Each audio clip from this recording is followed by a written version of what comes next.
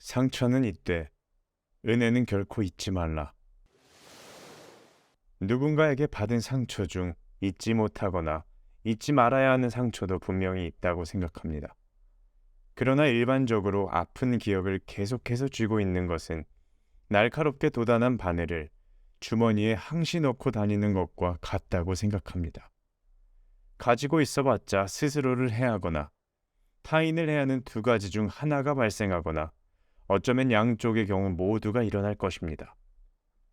그에 비해서 누군가에게 입은 은혜는 우리의 마음을 안정시켜주는 고마운 요소입니다. 그래서 편해진 마음 때문에 쉬이 있기 마련인데 이는 유학의 도리에도 어긋납니다. 나아가서 사람을 사람답게 살 수 있게 만드는 것은 스스로와 타인의 존재를 인정해주는 것이라 생각합니다. 그 출발점으로 누군가가 자기에게 베푼 고마움을 적극 표현해보는 것은 어떨까요? 한 사람에게서 모든 덕을 구하지 말라. 투자 격언에 계란을 한 바구니에 담지 말라는 말이 있습니다. 아무리 주의를 기울여도 세상엔 불의의 사건이나 상황이라는 것이 있습니다. 그런 일이 한 번이라도 발생한다면 대응할 수 없을 만큼의 큰 일이 생기는데요. 인간관계도 마찬가지 같습니다. 아무리 좋은 사람, 잘 맞는 사람이 있다 해도 그 역시 우리와 같은 불완전한 인간입니다.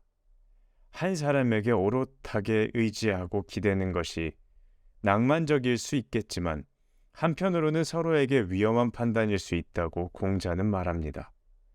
촘촘하게 분산된 정서적 교류는 거미줄처럼 더 안전한 인간관계를 선사하지 않을까요? 허물이 있다면 버리기를 두려워 말라. 스티브 잡스가 이사를 결정했을 때 그는 물건이 너무 많아서 얼마나 자주 사용하는지와 해당 물건에 대해서 특정한 값을 정해놓고 기준보다 가격이 낮은 물건들은 주저하지 않고 버렸다고 합니다. 우리가 가지고 있는 허물을 버리기 두려워하는 이유는 어쩌면 이것도 다른 어떤 상황에 쓸모 있지 않을까 하는 불확실한 기대 때문이라고 생각합니다. 사람의 마음은 노자가 말한 물과 같아서 우리가 마음을 틀어막고 있는 허물을 버릴 수만 있다면 그곳에 새롭고 청량한 물결이 다시금 채워질 것입니다. 앞날을 결정짓고자 한다면 옛 것을 공부하라. 유사일에 새로운 것이 없다는 말이 있습니다. 결국 창조는 모방에서 비롯됩니다. 시대와 분야를 떠나서 사람들에게 새로운 영감을 불러일으키는 것은 결국 그 옛날 언젠가 다른 사람들에게 영감을 불러일으켰던 어떤 것입니다. 우리의 미래는 정해지지 않았고 말 그대로 아직 오지 않았지만 과거를 공부하고 파고들다 보면 다가올 날들의 양상에 힌트를 얻을 수 있을 것입니다. 지나침은 모자람만 못하다. 유명한 레스토랑에 나오는 고급 음식의 공통점이 있습니다. 큰 접시에 예쁘게 나온다는 점입니다. 담음새가 아름다운 음식은 그것을 표현하는 과정에서 상대적으로 양이 적게 나옵니다.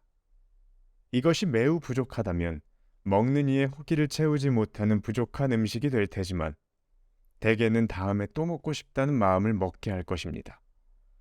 좋은 것들을 좋아하는 태도는 바람직합니다. 그러나 너무 과한 달콤함은 질병으로 이어지듯 늘 적절한 양과 적합한 상황을 지향하는 중용의 도가 필요할 것입니다. 스스로 존경하면 다른 사람도 그대를 존경할 것이니라. 우리 모두는 살면서 좋은 일만 겪을 수는 없습니다. 때로는 공경에 처할 수 있고 남들은 겪지 않지만 나에게만 일어난 일이 있을지도 모릅니다. 거기까지는 스스로 선택할 수 없지만 그것에 대응하는 것은 온전히 우리의 선택입니다. 스스로를 불쌍히 여기고 가엾게 여긴다면 다른 사람 눈에 비친 우리의 모습은 가엾고 불쌍한 사람일 것입니다. 그래서 어쩌면 불쌍하게 취급해도 되는 사람으로까지 이어질지 모른다고 생각합니다. 우리는 우리 자신을 사랑할 수 있습니다. 그리고 스스로 존경할 수 있게 말하고 행동할 수도 있습니다. 그것이 이루어지고 난 뒤에야 타인의 존경도 생각해 볼 수 있지 않을까요? 실수를 부끄러워 말라. 실수를 부끄러워하면 실수가 죄악이 되느니라. 세상에 태어난 시간부터 우린 줄곧 실수해 오고 있습니다. 계속해서 실수를 범하는 과정에서 실수는 줄어들 뿐입니다.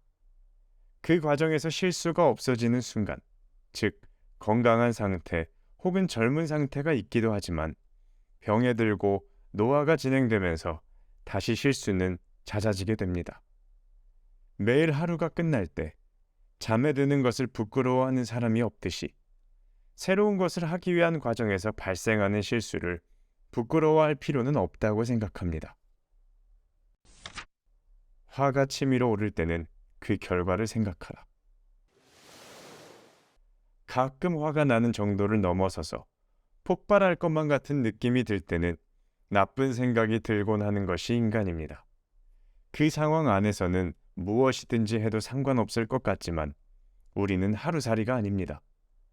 그 후의 상황까지 고려해 보면 분명 그것이 능사가 아니라는 것을 알 수 있고 또 알고 있습니다.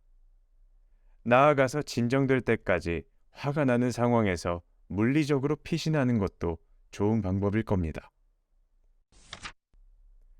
들은 것은 잊어버리고 본 것은 기억하고 직접 해본 것은 이해하여라. 삼인성호라는 말처럼 사람의 말이라는 것은 세 사람만 모이면 없는 호랑이를 만들 수 있을 만큼 왜곡이 심한 존재입니다. 그러니 타인의 말로 전해 들은 것은 무게를 두지 말고 잊어버리고 본인이 직접 목격한 것은 마치 형사의 수사일지처럼 기억하며 나아가서 직접 경험해 본 것은 곱씹어 보면서 어떤 의미를 갖는지 이해하라는 것이 공자의 조언입니다. 내가 원하지 않는 바를 남에게 행하지 말라. 공자의 사상은 그 범위가 너무 넓어서 어떤 특정한 영역으로 국한시킬 수는 없다고 생각합니다. 그러나 현대인들, 특히 2023년을 살아가는 우리에게는 너무 필요한 말입니다. 다른 사람을 존중할 수 있어야 합니다. 그 존중의 방향은 나의 일방적인 기대가 아니라 상대방의 입장에서 출발할 수 있어야 하고 그것에 대한 적절한 공자의 충고라고 생각합니다. 내가 원하지 않는 바를 남에게 행하지 말라. 들어주셔서 감사합니다. 바다북이었습니다.